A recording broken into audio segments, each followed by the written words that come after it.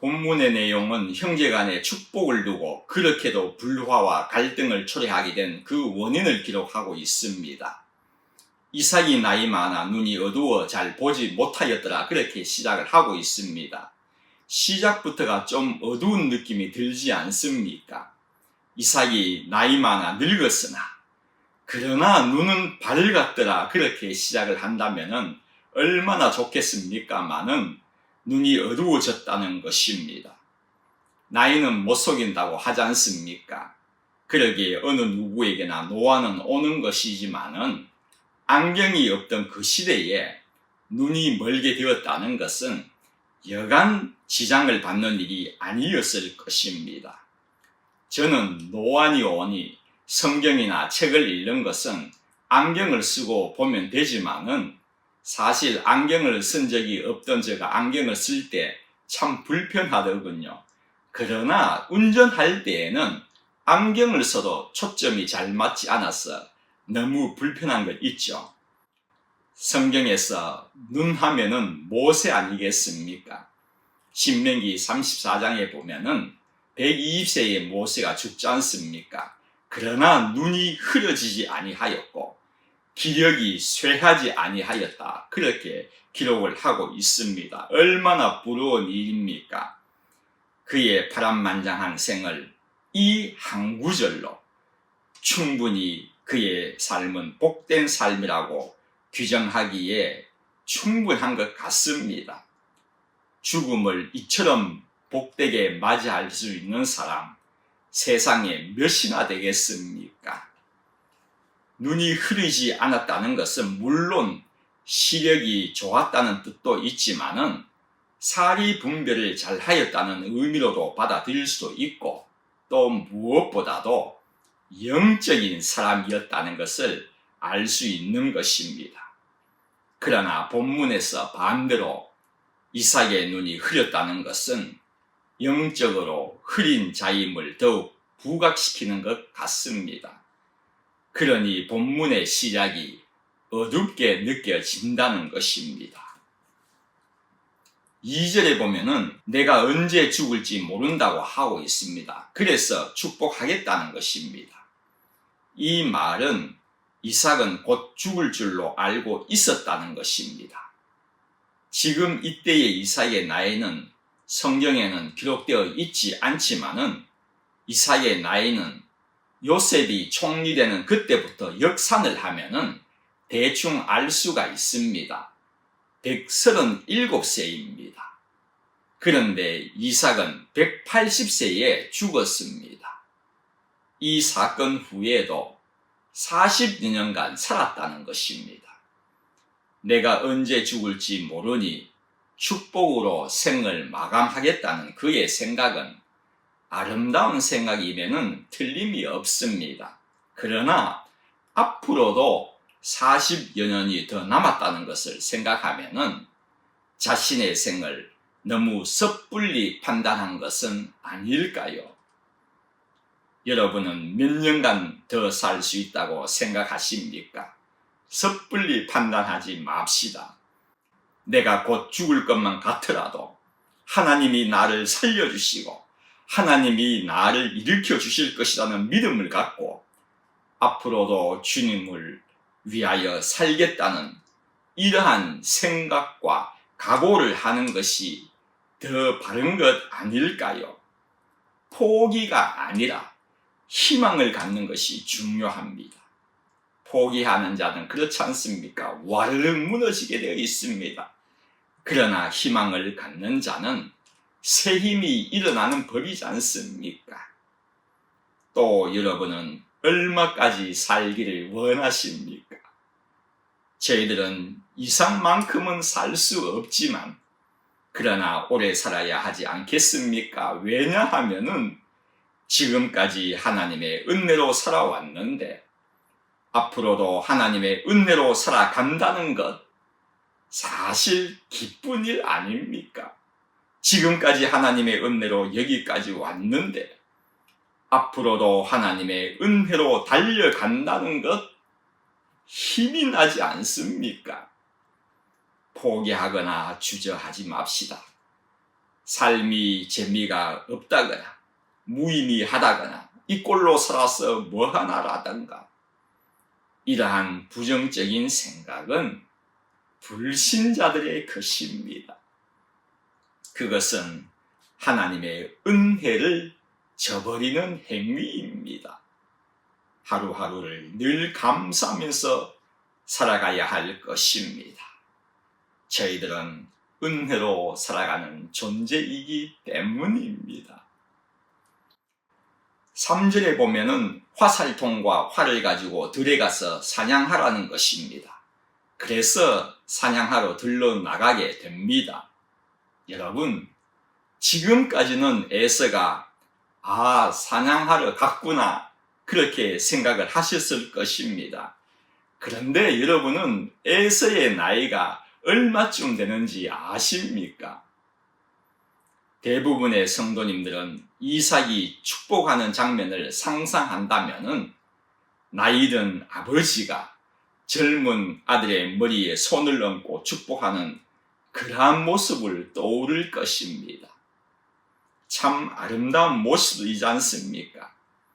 그러나 사실은 지금 에서의 나이는 아버지가 137살이니 이삭이 에서를 60세에 낳게 됩니다.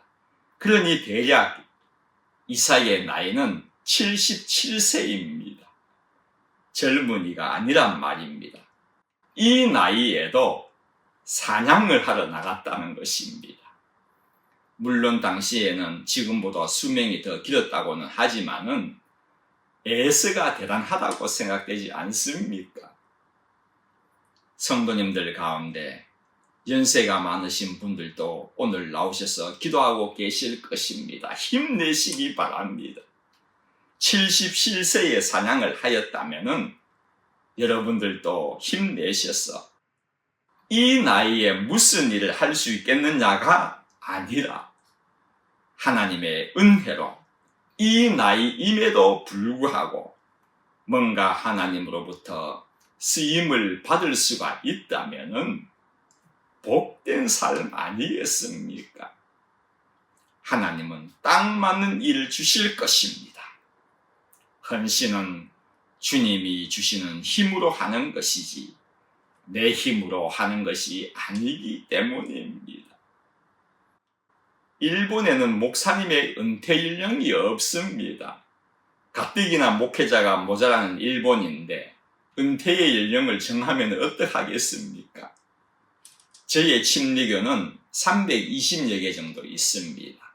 그 가운데 40여 개의 교회가 무목입니다. 목사님이 안 계십니다. 제가 나간 일본 교회가 소속이 된 동경의 서부 지역에서는 가장 늦게 은퇴하신 목사님의 연세가 얼마이신지 여러분 아십니까? 92세입니다. 92세 때에 은퇴하셨다는 것입니다. 여러분, 하나님께 쓰임을 받는다는 것 감사 아니겠습니까? 또한 젊은 성도 여러분, 77세에도 사냥을 했답니다. 여러분들은 자신을 위하여, 가정을 위하여서는 열심히 뛰고 있을 것입니다. 참 수고 많습니다. 그러나 정작 그렇게 힘을 주신 하나님을 위하여서는 얼마나 헌신하고 계십니까? 6일 동안은 나와 내 가족을 위하여 일한다면 최소한 하루 정도는 하나님을 위하여서 헌신해야 하는 것 아닐까요? 너무한 요구입니까? 6일을 하나님을 위하여 일하고 하루를 나를 위하여 일하여도 하나님의 은혜 다 갚을 길 없는데 하나님은 우리를 위해 가지고 반대로 정하셨다는 것입니다. 나의 삶을 위하여 직장의 일만 생각하지 마시고 내가 일할 교회의 구석구석을 찾는 성도님들 되시기를 바랍니다. 지금까지 하나님의 은혜로 살아왔다면 이것은 성도로서의 최소한의 도리일 것입니다. 5절에 보면은 드디어 에서는 사냥하러 오려고 들로 나갔다고 기록을 하고 있습니다. 아버지의 말씀에 금방 순종한 이 에서의 모습, 지체하지 않았다는 것입니다. 왜 그렇게 했겠습니까? 에서는 축복을 사모하는 마음이 있었기 때문입니다. 지금까지 77년간 그럭저럭 잘 살아왔는데 축복이 그다지 필요 없습니다고 생각했다면 아버지의 말에 순종을 했겠습니까? 뛰쳐나갔겠습니까? 여러분, 나이 많다고 축복 없이 살아갈 수 있다고 생각하는 사람은 아무도 없을 것입니다. 지금까지 주신 것으로만 만족한다고 생각하면서 축복은 지금까지 받은 것으로 충분합니다. 없어도 된다고 생각하는 사람 누가 있겠습니까? 사실 아들이 77세의 나이임에도 불구하고 이삭이 에서에게 축복을 하려고 했다는 것 그 자체가 알려주는 것도 누구나 하나님의 축복을 받아야 살 수 있다는 것을 알려주는 장면이지 않습니까? 하나님의 축복은 우리의 생명이 다할 때까지 이어져야 하는 것입니다. 그러기에 여러분도 하나님의 축복을 사모하시는 분들 되시기를 바랍니다. 시편 107편 9절 말씀입니다. 그가 사모하는 영혼에게 만족을 주시며 주인 영혼에게 좋은 것으로 채워주심이로다. 사모하는 자에게는 채워주시는 것이라는 말씀입니다. 이사야 44장 3절에서 4절 말씀입니다. 나는 목마른 자에게 물을 주며 마른 땅에 시내가 흐르며 나의 영을 성령입니다. 나의 영을 내 자손에게 나의 복을 내 후손에게 부어주리니 그들이 불 가운데에서 솟아나기를 시냇가에 버들같이 할 것이라. 하나님은 축복 주시기를 원하시는 분이시라는 것입니다. 그러기에 하나님의 은혜를 사모하는 자에게는 은혜를, 성령을 사모하는 자에게는 성령 충만을, 축복을 사모하는 자에게는 축복을 내려주심을 믿으시기 바랍니다. 성도 여러분, 새벽기도는 하나님의 축복을 사모하는 자리입니다. 그러기에 새벽기도를 지키는 분들은 복 있는 사람입니다. 시편 84편 4절 말씀입니다. 주의 집에 사는 자들은 복이 있나니 그들이 항상 주를 찬송하리이다. 옛번역에는 성전에 거하는 자는 복이 있다고 그렇게 기록하고 있습니다. 여러분, 저희들은 새벽마다 성전에 거하기에 복 있는 자들입니다. 그들이 항상 주를 찬송한다고 했습니다. 기도의 응답에 대한 찬송입니다. 감사의 찬송입니다. 저희들에게도 이런 감사의 찬송이 매일의 새벽절 안에 울려 퍼질 것을 믿습니다. 드디어 리브가가 옆에 있다가 축복에 관한 이야기를 듣게 됩니다. 저는 이 리브가가 이해가 안 되는 부분이 있습니다. 물론 자녀들을 똑같이 사랑할 수는 없습니다. 그렇다고 에서가 누구입니까? 그도 아들이지 않습니까? 이삭이 에서에게 축복을 하겠다는 것을 들었으면 어떻게 하는 것이 슬기로운 아내일 것 같습니까? 당신이 에서에게 내가 죽기 전에 내 마음껏 축복하겠다고 그렇게 했는데 야곱도 우리 자식이 아닌가요? 물론 에서가 장남이라고 하지만은 야곱에게도 축복을 좀 주어야 하는 것 아닙니까? 그래야 살아가죠. 정 아니라면 에서에게는 3분의 1, 야곱에게는 3분의 1 정도의 축복이라고 주시면은 어떨까요? 그렇게 건의를 해야 하는 것이 바른 아내의 모습 아니겠습니까? 축복을 전부 에서에게 주려는 이삭도 분명히 잘못된 것이지만은 그렇다고 100%의 축복을 가로채겠다는 리브가 그녀의 행동도 바람직하지 않은 것이면은 틀림이 없는 것입니다. 축복을 100% 가로채간 리브가의 편애가 나중에는 어떻게 됩니까? 그렇게도 다툼을 낳을 줄 어떻게 알았겠습니까? 편애는 결국 근심을 낳게 하는 것입니다. 부모에게는 편애는 있겠지만은 그렇지 않습니까? 정도껏 해야죠. 무절제한 편애는 자제해야 하는 것입니다. 사실 야곱도 편애를 참 많이 한 자이지 않습니까? 창세기 37장에 보면은 요셉을 여러 아들보다 깊이 사랑하여 채색 옷을 지었다고 그렇게 하지 않습니까? 그러니 형들이 시기를 하게 된 것이고 죽이려고 작전까지 하지 않습니까? 이게 어디 형제입니까? 과도한 편애의 결과는 가정을 두 쪽으로 만들어 버린 것입니다. 슬기롭지 못한 리브가는 결국은 이 일로 어떻게 되는지 아십니까? 성경에선 더 이상 자취를 감추어 나타나지를 않습니다. 언제 죽었는지도 기록이 없습니다. 며느리 라헬의 죽음까지 기록하고 있는데 말입니다. 더 슬픈 사실은 죽을 때까지 야곱을 만났다는 기록이 없습니다. 아니, 야곱이 아닌 축복의 사람, 하나님과 겨루어서 이겼다는 이스라엘을 한 번도 만난 적이 없다는 것입니다. 이렇게 위대하게 자란 자랑스러운 아들이었는데도 말입니다. 여러분은 사랑하는 아들을, 그것도 위대하게 된 아들을 지금까지 죽을 때까지 만나보지 못한다면 살아갈 수가 있겠습니까?